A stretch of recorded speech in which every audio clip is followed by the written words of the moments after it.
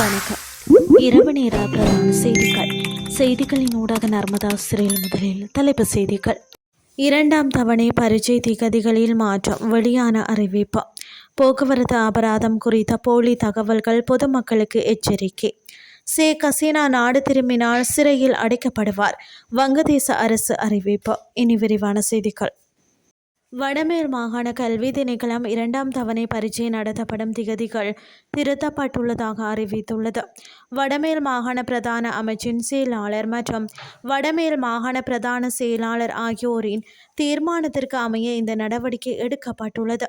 இதற்கமைய வடமேல் மாகாணத்தில் நாளை முதல் ஜூலை மாதம் 20ஆம் திகதி வரை நடத்தப்படவிருந்த பரீட்சைகள் ஜூலை மாதம் 21ஆம் திகதி முதல் ஜூலை மாதம் 24ஆம் திகதி வரை நடத்துவதற்கு தீர்மானிக்கப்பட்டுள்ளது. வடமேல் மாகாண கல்வி திணைக்களத்தினால் 6 தொடக்கம் 9 தரங்களுக்கான 2ஆம் தவணை பரீட்சையை 2026/7/9 முதல் 2026/7/17 வரையிலும், 10-11 தரங்களுக்கான 2ஆம் தவணை பரீட்சையை 2026/7/9 முதல் 2026/7/20 வரையிலும் நடத்துவதற்கு திட்டமிடப்பட்டிருந்தது.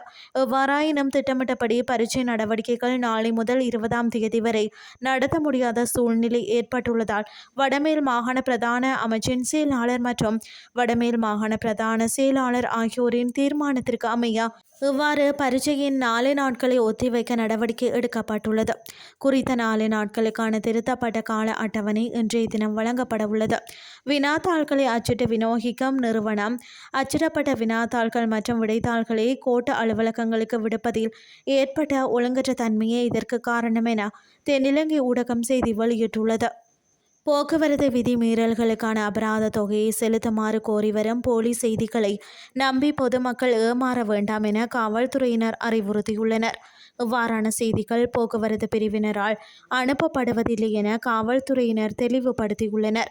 மேலும் இத்தகைய போலி குறுஞ்செய்திகளுக்கு எவ்வித பதிலும் அளிக்க வேண்டாம் என போக்குவரத்து பிரிவு மற்றும் வீதி பாதுகாப்பு பிரிவின் பிரதி காவல்துறை மா அதிபர் WPJ சேனாதிதேர பொதுமக்களை கேட்டுக்கொண்டுள்ளார்.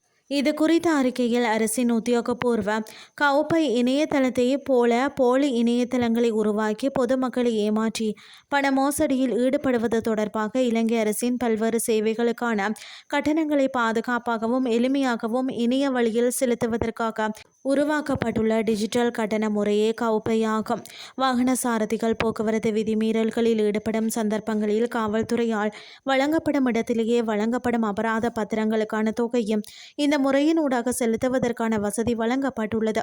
எனினும் இந்த உத்தியோகபூர்வ முறையை போன்ற போலி இணையதளங்களை உருவாக்கி பொதுமக்களை ஏமாற்றி பண மோசடியில் ஈடுபட்ட பல சம்பவங்கள் இலங்கை காவல்துறையால் கண்டறியப்பட்டுள்ளன என தெரிவிக்கப்பட்டுள்ளது. இனி வெளிநாட்டு செய்திகள். முன்னாள் பிரதமர் ஷேக் ஹசீனா வங்கதேசத்துக்கு திரும்பினால் அவர் உடனடியாக சிறையில் அடைக்கப்படுவார் என்று வெளியுறவுத்துறை இணை அமைச்சர் ஷமா ஒபைத் இஸ்லாம் கூறினார். அவருக்கு விதிக்கப்பட்ட தண்டனையை அனுபவிப்பதற்காக ஹசீனா சிறையில் அடைக்கப்படுவார் என்று அவர் தெரிவித்தார். மரண பயமின்றி ஹசீனா வங்கதேசத்துக்கு திரும்புவார் என்றும் அவர் மேலும் குறிப்பிட்டார். முன்னதாக NDTVக்கு அளித்த ஒரு பிரத்யேக பேட்டியில் இந்த ஆண்டின் இறுதிக்குள் வங்கதேசத்துக்கு திரும்ப விரும்புவதாக ஷேக் ஹசீனா கூறியிருந்தார். மனித குலத்திற்கு எதிரான குற்றங்களுக்காக ஹசீனாவை குற்றவாளி என தீர்ப்பளித்த வங்கதேசத்திற்கான சர்வதேச தீர்ப்பாயம் கடந்த ஆண்டு நவம்பர் 17 அன்று அவருக்கு மரண தண்டனை விதித்தது.